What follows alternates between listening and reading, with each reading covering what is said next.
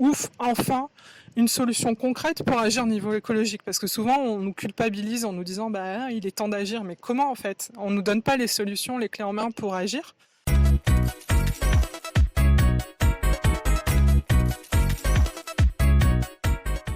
Bonjour à tous, donc je suis Laura de l'épicerie Boomerang. Avec Thomas, mon compagnon, on a monté cette épicerie il y a 5 ans. Nous sommes des épiciers militants, indépendants et qui visent une écologie intégrée. On s'est rencontrés sur Paris, moi j'étais en fin d'études et Thomas était en reconversion professionnelle, il a travaillé en tant que directeur marketing sur Paris. On est parti pendant 1 an et demi voyager autour du monde. Et ce qui nous a vraiment stupéfait, c'était la gestion des déchets. On voyait beaucoup de marchés où les gens achetaient souvent en vrac et pouvaient sentir, avoir ce plaisir d'avoir les odeurs du produit directement. Vraiment cette notion de connexion au sens et d'accès aussi à la connaissance de la qualité du produit par le toucher, par la vue, etc.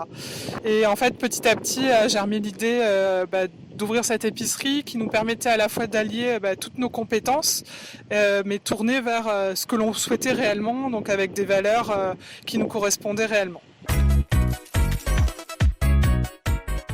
Nous, on veut vraiment changer le système, on veut vraiment passer d'une économie linéaire à une économie circulaire, donc où tout est réinjecté dans l'économie et surtout où il n'y a pas de gaspillage, où tout le monde est intégré en fait, aussi bien la terre que l'homme.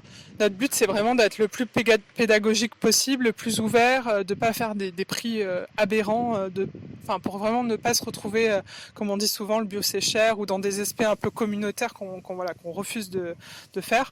Donc beaucoup de gens viennent chercher que du local, par exemple, parce qu'on a beaucoup de producteurs locaux, on est à plus de 140 producteurs pour 1000 produits, donc ce qui est énorme en termes de gestion. Donc voilà, ce que je vous disais, c'est l'opposé de ce qu'on a appris en gestion par exemple, mais en même temps ça marche et c'est ce qui fait aussi la richesse de cette épicerie.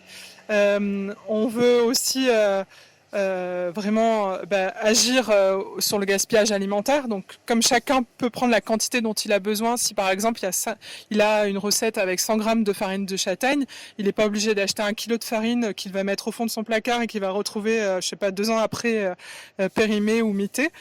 Donc ça, c'est l'avantage aussi, c'est que des personnes peuvent vraiment acheter ce dont ils ont besoin. La troisième mission est vraiment de lutter contre l'emballage alimentaire qui n'est pas nécessaire en fait et qui crée des déchets de manière inutile. Donc du coup, le fait que tout soit en vrac et que nous-mêmes on réceptionne tout en vrac, ça permet à la source d'éviter en fait l'emballage. Nous aussi, on développe un système de consigne localement. Donc on le lave ici à l'épicerie, on est les premiers dans les Alpes-Maritimes à faire ça. Ça demande énormément de travail. On réutilise en fait les eaux grises pour rincer les bouteilles sales et après on rince, donc sachant qu'on va utiliser très peu d'eau mais on va laver de manière professionnelle. Nous, notre but, c'est vraiment de relocaliser l'économie, mais aussi de recréer du lien entre nous tous. Donc dès les premières années, on travaillait énormément avec le CCAS ou les maisons d'emploi pour jeunes. Donc on a accueilli beaucoup de personnes qui étaient en insertion par le travail, où on faisait des stages, mais vraiment très ciblés, parce que c'était souvent des personnes en décrochage, etc. Notre but, c'est vraiment de pouvoir vendre un service et pas un produit. On dit souvent qu'on est une épicerie à écologie intégrée, quoi. Le but, c'est vraiment d'être le plus cohérent possible. Par exemple, pas faire que du bio, parce que qui dit bio ne dit pas forcément intégré par rapport à l'environnement. Pour manipuler du vrac, ça demande beaucoup de temps, beaucoup d'hygiène. Et on prend souvent l'exemple en grande surface, pour déplacer 2 tonnes de farine, il suffit d'un Fenwick et d'une personne qui va le faire en deux minutes. Nous, pour déplacer 20 kilos, il faut le faire plusieurs fois, retransvaser les contenants, nettoyer les contenants, etc. Donc ça demande beaucoup de manipulation. Les premières années ont été très dures parce qu'il y a beaucoup d'investissements. Rien qu'un contenant, ça coûte à peu près 130 €. Donc entre les travaux et l'investissement, il y a au moins 140 000 € facile pour une petite surface comme la nôtre. Mais au fur et à mesure, en restant cohérent, les prêts s'arrêtent, donc on commence petit à petit à respirer. Mais c'est vrai que ça demande beaucoup de travail et au début, on se payait très peu, voire pas du tout. Même maintenant, par rapport au nombre d'heures que l'on fait, n'a pas de rémunération importante du tout. J'ai plus l'impression du tout de travailler, donc déjà ça c'est une contrainte qui a changé. Je me sens vraiment chez moi, à l'aise, et surtout je sais refuser les choses parce que on est aligné avec nos valeurs. On a été vraiment stupéfait parce qu'on a été suivi dès le début par Initiative d'Art d'Azur qui nous a fait deux prêts même à taux zéro. Un pour l'initiative remarquable. Donc ça c'est déjà un point positif pour aller après démarcher les banques.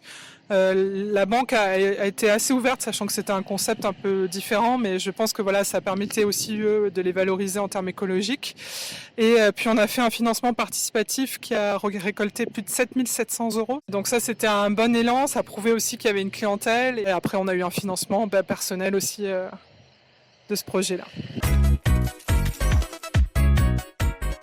Déjà, essayer de éventuellement analyser l'impact carbone de chaque produit. Bon, ça serait notre rêve. Mais par exemple, on fait à notre niveau des petits calculs, notamment par exemple le nombre de bouteilles consignées qu'on lave et qu'on sauve du coup par an. Donc on en lave à peu près 5000, ce qui est énorme. La consigne a 10 fois moins d'impact que le tri du verre. Tout est possible, même si ça va en dehors des codes que l'on pense avoir appris et que même en dehors de ce que les gens nous disent de faire, voilà, parfois il faut vraiment oser. Si ça vient des tripes, si c'est cohérent, faut se lancer, sans souci. Et surtout investir très peu à la fois, très très peu. Nous on a mis plusieurs années par exemple à acheter un meuble de fruits et légumes. Certes ça va mettre en avant les produits, mais avant que le meuble soit rentabilisé, il faut en vendre des fruits et légumes. Il faut savoir s'entourer, certes, de personnes compétentes, mais aussi parfois ne pas les écouter. Donc ça, c'est vrai que c'est très dur en termes de doute, etc. Mais voilà, je pense qu'il faut vraiment avoir confiance en soi. C'est très facile à dire, hein. Moi je suis quelqu'un qui doute tout le temps. Mais n'hésitez pas, franchement. S'il y a quelque chose qui vous parle, qui vous titille depuis plusieurs années, franchement, n'hésitez vraiment pas. Et au pire des cas, l'entreprise ne fonctionne pas, mais vous n'êtes pas mort, quoi. Donc pour moi, il faut toujours se dire ça, quoi. Au contraire, vous avez vécu une expérience de folie enrichissante et voilà.